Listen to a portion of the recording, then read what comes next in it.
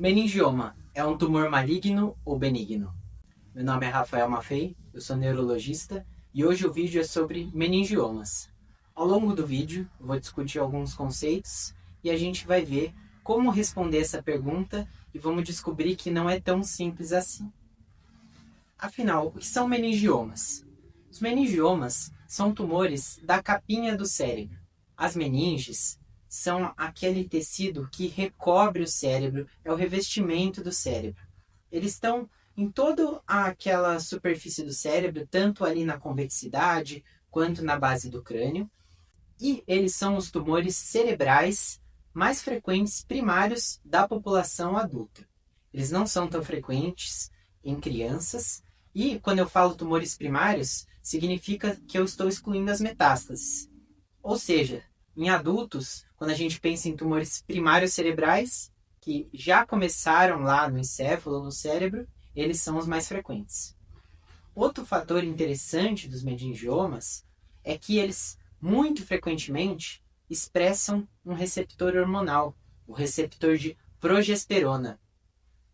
É muito interessante isso, porque muitas mulheres, elas têm um fenômeno que é quando recebem a progesterona como um hormônio exógeno, pode haver um crescimento do meningioma, por ele ter esse receptor de progesterona frequentemente expresso no tumor. E aí, quais são as características desse tumor?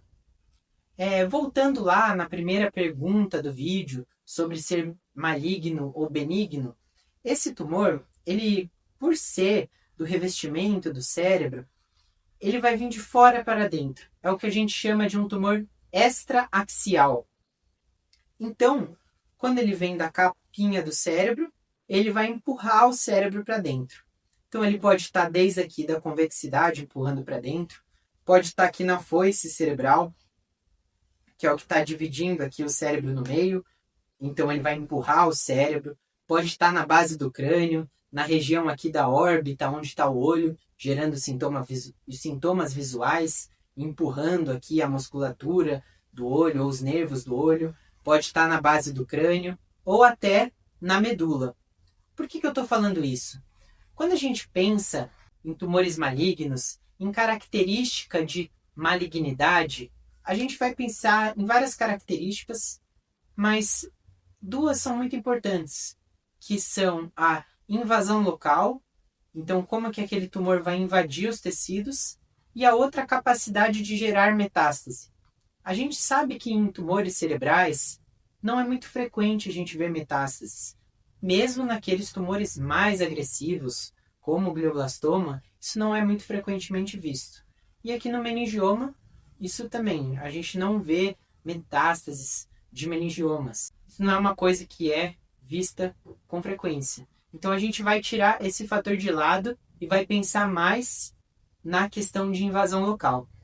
Então, como eu falei, o meningioma mais frequentemente, ele é um tumor bem circunscrito, que está ali na periferia, vendo de fora para dentro, e ele mais empurra o tecido cerebral do que ele invade. Então, isso seria uma característica que falaria menos a favor de um critério de malignidade, por assim dizer, na maioria dos meningiomas. Mas por que eu estou falando na maioria dos meningiomas? A gente tem meningiomas que são diferentes de outros? Com certeza. Meningioma, na verdade, é uma série de doenças com comportamentos diferentes. Como que a gente classifica essa doença? A Organização Mundial da Saúde pode classificar os meningiomas entre grau 1, grau 2 ou grau 3. Sendo o grau 3 com maior nível de agressividade ou comportamento biológico e o grau 1 com menor agressividade ou comportamento biológico. Os critérios para classificar entre 1, 2 e 3 vão ser principalmente a histologia. Então, que o patologista, quando ele pega uma biópsia ou uma peça cirúrgica, ele vai ver a lâmina e vai ver os critérios para se ele é mais ou menos agressivo. E critérios moleculares. Então, vão ver mutações genéticas e alterações moleculares que podem indicar se esse tumor é de maior ou menor grau. Por exemplo, existem mutações que fazem com que nesses meningiomas, quando presentes essas mutações, esses meningiomas automaticamente sejam, por exemplo, um meningioma grau 3. Dessa maneira, o meningioma grau 1 vai se comportar de uma maneira completamente diferente de um meningioma grau 3, que vai ser muito mais invasivo e muito mais agressivo. E como a gente vai, então, indicar um tratamento por uma doença tão heterogênea? Justamente a gente vai precisar classificar esses meningiomas para indicar um tratamento.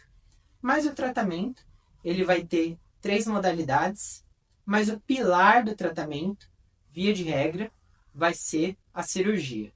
Existem casos em que pode até ser pensado sobre a radioterapia como uma primeira linha, mas via de regra a cirurgia é o pilar do tratamento dos meningiomas, porque uma ressecção ampla dos meningiomas traz tanto o diagnóstico quanto o tratamento dessa doença. O tratamento cirúrgico é o que mais traz impacto na evolução natural da doença. Após a cirurgia, essa doença é estratificada com base em características histológicas e moleculares, como eu falei, e aí, com base nisso, o paciente vai ser individualizado com base em características clínicas. Qual é a localização desse meningioma no cérebro? É na medula? É na base do crânio, por exemplo? Quanto que ficou de lesão residual? E a presença ou não de alterações moleculares, como eu falei anteriormente, para ver se pode ser indicado um tratamento complementar, principalmente que vai ser feito com radioterapia.